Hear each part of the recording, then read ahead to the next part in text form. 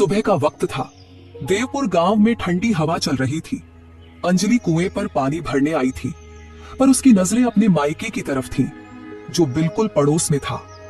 तभी उसकी सास कुंती देवी वहां आ गई। पड़ोस वाले घर की तरफ इतना घूरने की जरूरत नहीं है। माँ जी, मैं सच कह रही हूँ। मैं अपने मायके की तरफ नहीं देख रही थी। मटके में पानी भरने में थोड़ा वक्त तो लगता ही है ना। अगर मैं गंदा और मिट्टी वाला पानी ले आई तो आप ही कहेंगे कि यह कैसा पानी उठा लाई। मैं पूछती हूँ, मटका ऐसे डुबोकर पानी क्यों निकाल रही हो? ऊपर का साफ पानी नहीं ले सकती? तुम्हारी माँ ने क्या कुछ नहीं सिखाया? माँ ने तो सब ठीक ही सिखाया है माँ जी। सुबह से सबने पानी लिया है तो पानी थोड़ा गंदा हो गया है। मैं थोड़ा वक्त लेकर साफ पानी ही निकाल रही हूँ। वक्त लेकर करेगी तो हो गया। घर के कितने काम पड़े हैं, ख्याल है? चूल्हा नहीं जला है, गौशाला साफ करनी बाकी है, और तुम यहाँ पानी के बहाने नखरे कर रही हो। पड़ोस वाले घर की तरफ इतना देखने की जरूरत नहीं। मैं तो नहीं देख रही माँ जी, मैं सिर्फ अपना काम कर रही हूँ। पानी लेकर जाते ही चूल्हा जला दूंगी। आप बिल्कुल फिक्र ना करें। फिक्र ना करूं मतलब? तुम्हारा मायका तो हाथ बढ़ाते ही आ जाता है, इसलिए वही ध्यान अटका रहता है। पानी भरना तो बस एक बहाना है तुम्हारे पास। जल्दी घर चलो, दुनिया भर के काम बाकी हैं। ज्यादा बोलना सीख गई हो आजकल। मायके की सिखावट अच्छी तरह रगों में दौड़ रही है। मटका भरो और जल्दी पांव चलाओ। मैं और यहाँ खड़ी नहीं रहूंगी। जा रही हूँ माँ जी, बस थोड़ा सा बाकी है। आप आगे चलिए, मैं अभी आई। मेरे आगे जाने से तो तुम्हारा ही फायदा है। फिर वहाँ दीवार के पास जाकर अपनी माँ के साथ गप्पे लड़ाओगी। मैं सब जानती हूँ। कुंती देवी बड़बड़ाते हुए घर की तरफ चली गई। तभी बांस की बाट फेंस के उस पार से अंजलि की माँ यशोदा दबे पांव आई। आज सुबह मैंने तेरी पसंदीदा अरबी के पत्तों की सब्जी बनाई है और मछली का सिरा डाला है। एक कटोरी में लेकर आई हूँ। इस बाड़ के बीच के रास्ते से चुपके से ले जा बेटी। माँ, अभी मत दो। सास माँ ने देख लिया तो बहुत शोर मचाएंगी। कहेंगी कि मायके वाले हर वक्त इसको चोरी छुपे खिलाते रहते हैं। आप अभी रख दो, मैं बाद में किसी वक्त ले लूंगी। तेरी सास की जुबान तो दिन ब दिन बहुत ही जहरीली होती जा रही है। क्यों री, मेरी बेटी मेरे हाथ का खाना खाएगी, इसमें उसको क्या तकलीफ है? हमारी हर चीज पर उसकी नजर क्यों रहती है? माँ, झगड़ा मत बढ़ाओ। वैसे ही उनका मिजाज आजकल उखड़ा उखड़ा रहता है। आप यहाँ से जाओ। अगर बाबूजी ने देख लिया तो आपको भी डांटेंगे। मैं वक्त मिलने पर जरूर आऊंगी। मैं किसी से नहीं डरती। मेरी बेटी मेरे पड़ोस में रहकर भी एक वक्त का खाना शांति से नहीं खा सकती। यह बात मुझसे बर्दाश्त नहीं होती। जाओ माँ, तुम अपना काम करो। तुम बहुत जिद्दी हो, मैं ठीक हूँ। तुम इतना मत सोचा करो। यहाँ रोज ही ऐसा होता है। मैं संभाल लेती हूँ। संभाल लेती है बोलने से क्या सब संभल जाता है बेटी? तेरा चेहरा देखती हूँ तो मेरा कलेजा फट जाता है। शादी से पहले कितनी हंसती थी, कितनी बातें करती थी। अब जैसे बिल्कुल उदास और बुझी बुझी सी हो गई है। माँ, आप रो मत। मैं तो बिल्कुल ठीक हूँ। थोड़ा काम का बोझ तो हर घर में होता है ना। आप अभी जाओ, कोई देख लेगा। जा रही हूँ, पर ये खाना खा लेना बेटी, भूलना मत। तभी अचानक कुंती देवी पीछे से आ जाती है और यशोदा को देख लेती है। उनका गुस्सा और भड़क उठता है। बोलिए समधन जी, बेटी की शादी पड़ोस में ही कर दी है तो क्या सारा दिन उसको फुसलाकर अपनी तरफ खींचती रहेंगी? घर के काम में तो उसका मन लगता ही नहीं है। मैं अपनी बेटी को क्यों फुसलाऊंगी? वह तो अपनी जिम्मेदारी अच्छी तरह समझती है, और अगर मायके के प्यार में यहाँ आती है तो इसमें गुनाह क्या है? क्या आप अपने मायके नहीं जाती थी? जाती थी, पर एक नियम के मुताबिक। आपकी तरह तो नहीं कि सारा दिन बाढ़ के पास झांकती रहूं। बहू जब पानी लेने आती है तो आप वहां खड़े होकर उसको पट्टी पढ़ाना शुरू कर देती हैं। यह सब क्या अच्छा लगता है? अपनी बेटी के भले बुरे की बात तो मैं करूंगी ही। उसके चेहरे पर जो थोड़ी बहुत खुशी बची है वह बस हमें देखकर ही आती है। आप लोग तो उसे कोल्हू के बैल की तरह खटाने के अलावा कुछ सोचते ही नहीं। हम खटाएंगे नहीं तो क्या सिर पर बैठा करना चाहेंगे? घर की बहू है तो काम करेगी ही। दस्तूर की बातें आप मुझे मत सिखाइए। दस्तूर की बात आप मुझे न बताएं। मैं भी घर गृहस्थी चला चुकी हूँ, ससुराल में रही हूँ, पर किसी ने मुझे ऐसे हर कदम पर बातें नहीं सुनाई। बेटी ससुराल में है इसका मतलब ये तो नहीं कि आप उस पर अत्याचार करेंगी। अत्याचार? वाह, यह अत्याचार लग रहा है आपको? घर का काम करने को कह दिया तो यह अत्याचार हो गया? फिर तो मेरी सास ने मुझ पर रोज अत्याचार किया था। क्या मैंने कभी शिकायत की? आपने नहीं की, वह आपका मसला है। पर मेरी बेटी अगर तकलीफ में होगी तो मैं चुपचाप नहीं बैठूंगी। मैं उसकी माँ हूँ। मेरा धर्म ही यही है कि अपनी बेटी के साथ खड़ी रहूं। बेटी के साथ खड़ी रहेंगी, बहुत अच्छी बात है, पर मेरे परिवार और संसार में दखल न दे। मैं अपनी बहू को क्या कहूंगी, क्या सिखाऊंगी, यह मेरा मामला है। दोनों औरतों की बहस अभी खत्म भी नहीं हुई थी कि खेत की तरफ से अंजलि के पिता मोहन और ससुर प्रकाश के बीच में झगड़ा शुरू हो गया। अरे मोहन भाई, अपनी इन मुर्गियों को संभालो जरा। जितनी बार मैं धान सुखा रहा हूँ उतनी बार यह आकर सब खाकर बर्बाद कर रही है। ये क्या ठीक बात है? अरे भाई, मुर्गियां तो बाढ़ नहीं समझती ना। थोड़ा सा इधर आ गई तो इसमें इतना शोर मचाने की क्या जरूरत है? अगर 2-4 दाने तुम्हारे चुग भी लिए तो उसमें क्या तुम गरीब हो जाओगे? मामूली बोल देने से हो गया? हमारी हड्डी तोड़ मेहनत की फसल ऐसे बर्बाद होगी? अगर तुम इन्हें संभाल नहीं सकते तो मैं डंडे से मारकर भगा दूंगा, तब मुझे दोष मत देना। डंडा मारोगे?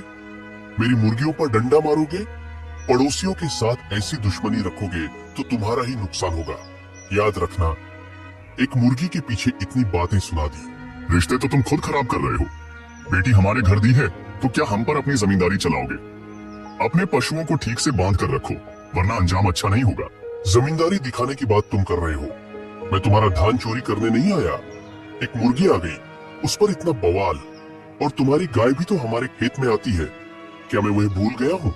गाय और मुर्गी क्या एक बराबर होते हैं? गाय चरने जाती है तो घास खाती है, तुम्हारी मुर्गियां मेरे धान खा रही हैं।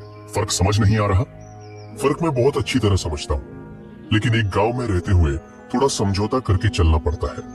तुम अगर ऐसे हर छोटी बात पर झगड़ा करोगे तो यहाँ रहना मुश्किल हो जाएगा। समझौता करके चलना मुझे नहीं आता, लेकिन अगर तुम्हारी मुर्गियां रोज आकर मेरे आंगन में घुसेंगी तो मेरी भी बर्दाश्त की एक हद है। आज ही इस बाड़ को ठीक से बंद करो, वरना मैं खुद बंद कर दूंगा। ऐसा बार बार हुआ तो मैं और बर्दाश्त नहीं करूंगा। खेत में काम करते हुए दोनों के बीच बहस खेती के तरीकों पर मुड़ गई। अरे मोहन भाई, तुमने खेत में जो खाद डाली है उससे फसल अच्छी नहीं होगी। बारिश से पहले इस तरह खाद दोगे तो सब धुल जाएगा। मेरी जमीन को देखो, कितने शानदार पौधे निकल रहे हैं। तुम्हारा तरीका पुराना हो चुका है। अपनी जमीन पर इतना गुरूर मत करो प्रकाश भाई। मैं पुश्तों से खेती करता आ रहा हूँ। कब क्या डालना है ये मुझे बहुत अच्छी तरह मालूम है। मेरा तरीका पुराना हो सकता है, पर यह सबसे असरदार तरीका है। तुम जो ये नई आधुनिक मॉडर्न केमिकल डाल रहे हो, बाद में पछताओगे और फिर मेरे पास ही आओगे मशवरा लेने। मैं तुम्हारे पास मशवरा लेने आऊंगा? कभी नहीं। मेरी खेती के लिए मेरी अपनी अक्ल ही काफी है। तुम अपने काम से काम रखो, दूसरों के मामले में इतनी टांग अड़ाने की जरूरत नहीं। ठीक है, वक्त ही बताएगा किसका धान ज्यादा उगता है। उधर घर के आंगन में सास बहू के बीच की चिकचिक अभी भी जारी थी। कुंती देवी रसोई में काम कर रही अंजलि को घूर रही थी। ये दाल कोई खा पाएगा भला? पानी ज्यादा और दाल कम डाली है तुमने। मायके में क्या ऐसे ही खाना पकाकर खाती थी? इतनी बर्बादी मेरे घर में नहीं चलेगी बापू। माँ जी, मैंने तो नाप कर ही पानी डाला था। दाल जब उबल जाएगी तो खुद ही गाढ़ी हो जाएगी। वैसे माँ जी, मेरी माँ हमेशा कहती थी कि दाल थोड़ी पतली हो तो उसका स्वाद और भी निखर कर आता है। अपनी माँ की बातें वहीं रख कर आती। यहाँ पर मेरे नियम चलेंगे, समझे? और ये नमक इतना कम क्यों डाला है? मैं क्या कोई मीठा खा रही हूँ? हर चीज में बस कंजूसी। तेरा ये मीठा मीठा खाना मुझे बिल्कुल पसंद नहीं आता। माँ जी, नमक तो मैंने अभी तक डाला ही नहीं है। आपने तो बस देखते ही सुनाना शुरू कर दिया। मैंने तो अभी बस तड़का ही लगाया है। मुझे अपना काम पूरा करने का थोड़ा मौका तो दीजिए। आंखों से देखकर ही समझ में आ जाता है कि तू क्या कर रही है। सारा दिन तो तेरा ध्यान उस मायके की तरफ रहता है, काम में मन थोड़ी ही लगेगा। अब यह मुंह लटकाने की क्या जरूरत है? जाओ और जाकर नमक ले आओ। ला रही हूँ माँ जी, पर मैं आपसे एक बात कहना चाहती हूँ। मैं सच में कोशिश करती हूँ कि आपकी मनपसंद का खाना बना सकूं, पर आप मेरे कुछ भी करने से पहले ही मुझे टोकने लगती है। मुझे बहुत डर लगता है। डर लगता है? तुम मुझे दोष दे रही हो कि मैं तुम पर अत्याचार करती हूँ?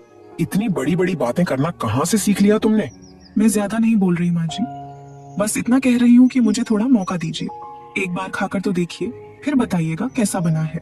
ठीक है, देखती हूँ, पर चावल बिल्कुल ठीक से पकने चाहिए, ये याद रखना। दोपहर के बाद अचानक मौसम ने करवट बदली। आसमान पर काले बादल घिर आए और जोरों की आंधी के साथ तेज बारिश शुरू हो गई। नदी के पानी का स्तर बढ़ने लगा। यशोदा बाढ़ के पास आकर पुकारने लगी, ओह अंजलि, बारिश तो बहुत तेज हो गई है बेटी। तुम लोगों ने खेत से अपने धान उठा लिए क्या? आसमान तो बहुत खराब लग रहा है, एकदम काले घने बादल छा गए हैं। नहीं माँ, विक्रम जी और बाबूजी अभी तक खेत से वापस नहीं आए हैं। विक्रम जी बाहर गए थे धान इकट्ठा करने। हमारे आंगन का धान तो सास माँ ने अंदर कर लिया है, पर खेत वाली जमीन बहुत निचले हिस्से में है। तेरे बाबूजी भी बहुत परेशान हैं। अगर बारिश नहीं रुकी तो सारी फसल बर्बाद हो जाएगी। उधर दूसरे खेतों का धान तो और पानी पकड़ लेगा। हाँ माँ, मैं भी यही सोच रही हूँ। पूरा महीना बाबूजी ने और विक्रम जी ने इतनी मेहनत की, अब ऊपर वाला ही जानता है कि आगे क्या होगा। तुम लोग भी जरा होशियार रहना बेटी। देखना पानी घर में न घुस जाए। नदी का पानी भी बहुत तेजी से बढ़ रहा है। तुम कुछ सूखा खाना एक जगह पर बांध कर रख लो। ये लड़ाई झगड़ा तो पेट नहीं भरेगा। अगर कोई मुसीबत आ गई तो? माँ, बाबूजी कहाँ हैं अभी? खेत गए हैं या घर पर ही हैं? अभी खेत से लौटे हैं। भीग कर बिल्कुल तर हो गए हैं। उनका चेहरा उतरा हुआ है। ऐसा लग रहा है जैसे उनकी तो दुनिया ही उजड़ गई हो। मेरा तो दिल बैठा जा रहा है बेटी। तुम बाबूजी को गर्म चाय पिलाओ माँ, और उन्हें कहो कि चावल और दाल ऊंची जगह पर रख दें। बारिश और तेज हो सकती है। ठीक कह रही है तू। तू भी अपना ख्याल रखना। अगर रात को पानी बढ़ा तो तुम सब छत पर चले जाना। हमारा घर तो और भी निचली जगह पर है, इसलिए हमें सबसे ज्यादा डर लग रहा है। रात होते होते आफत आ गई। गांव की आखिरी ईंट तक पानी ने अपनी गिरफ्त में ले ली। नदी का बांध टूट गया और पानी तेजी से किसानों के खेतों को डुबोने लगा। मोहन का हाल बुरा था। यशोदा, सत्यानाश हो गया। नदी का बांध शायद टूट गया है। पानी बहुत तेजी से बढ़ रहा है। हमारी जमीन का तो सारा धान पानी के नीचे चला गया। हम कुछ भी नहीं बचा पाए। ये क्या कह रहे हो जी? क्या सारा धान पानी में बह गया? इतने पैसे लगाकर बीज खरीदे थे, खाद डाली थी, अब हम साल भर क्या खाएंगे? सिर्फ हमारा ही नहीं, प्रकाश का खेत भी डूब गया है। उनका घर थोड़ी ऊंचाई पर है। लगता है अब तक वहाँ पानी नहीं घुसा होगा, पर हमारा खेत डूब गया। अचानक से यह कौन सी मुसीबत आ पड़ी? मेरे मौला, अब दूसरों के घरों का सोचने का वक्त नहीं है। घर में जो कुछ भी बचा है उसको जल्दी से ऊंची जगह पर रखो। चावल की बोरियां सिर पर उठाकर रखनी पड़ेंगी। मैं कोशिश तो कर रहा हूँ, पर पानी जिस तेजी से बढ़ रहा है, घर में भी ज्यादा समय बचा नहीं जा सकता। चारों तरफ सिर्फ हाहाकार मची है। अंजलि कहाँ है? उसका क्या हाल होगा? उधर प्रकाश के घर में भी पानी धीरे धीरे दाखिल होने लगा था।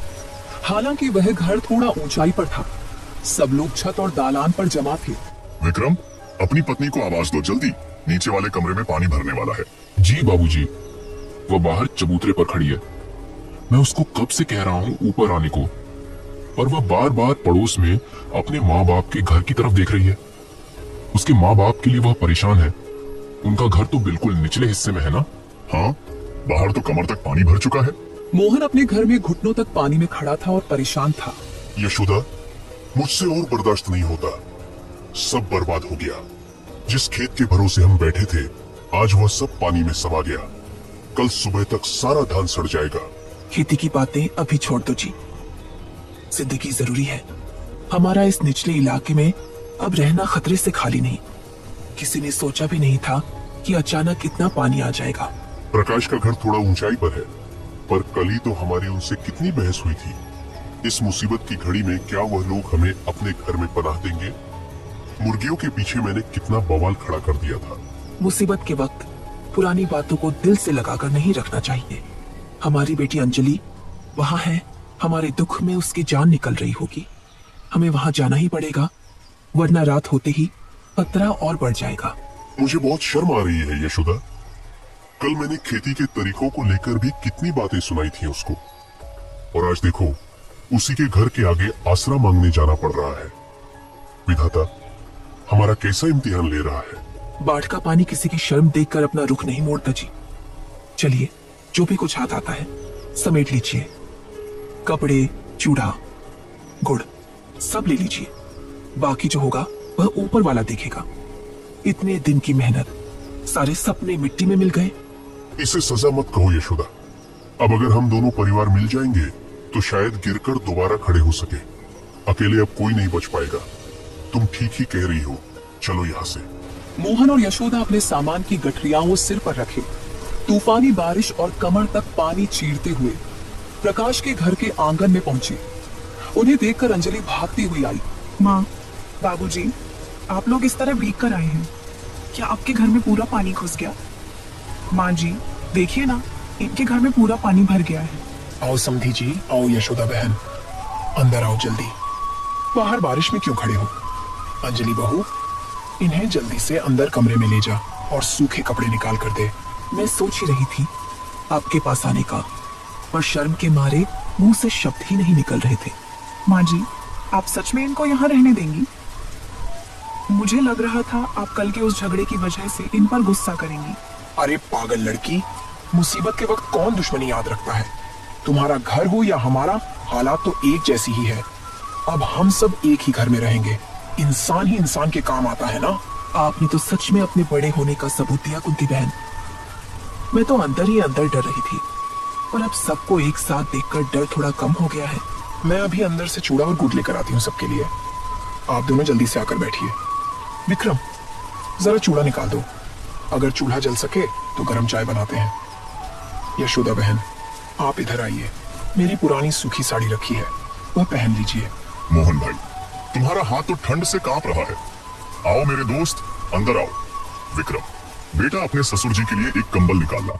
माँ जी, मैं ऊपर वाले दालान में मचान पर बिस्तर लगा देती हूँ। हाँ बहू, लगा दे। आज रात हम सब एक ही कमरे में मिलकर गुजारेंगे, फिर कल देखा जाएगा कि आगे क्या करना है। रात भर बारिश होती रही, पर उसे कमरे में दुश्मनी की हर दीवार ढह चुकी थी। दोनों परिवार एक साथ बैठे थे। कुंती बहन, हमारे पास थोड़े सूखे चावल और सब्जियां बची हैं, हम इन सबको मिलाकर पकाएंगे। मैं थोड़ा सा चूड़ा और गन्ने का गुड़ बचाकर लाई हूँ, बाकी सब पानी में डूब गया। आपने इस मुश्किल वक्त में हमें छत दी, यह किसी देवता के आशीर्वाद से कम नहीं।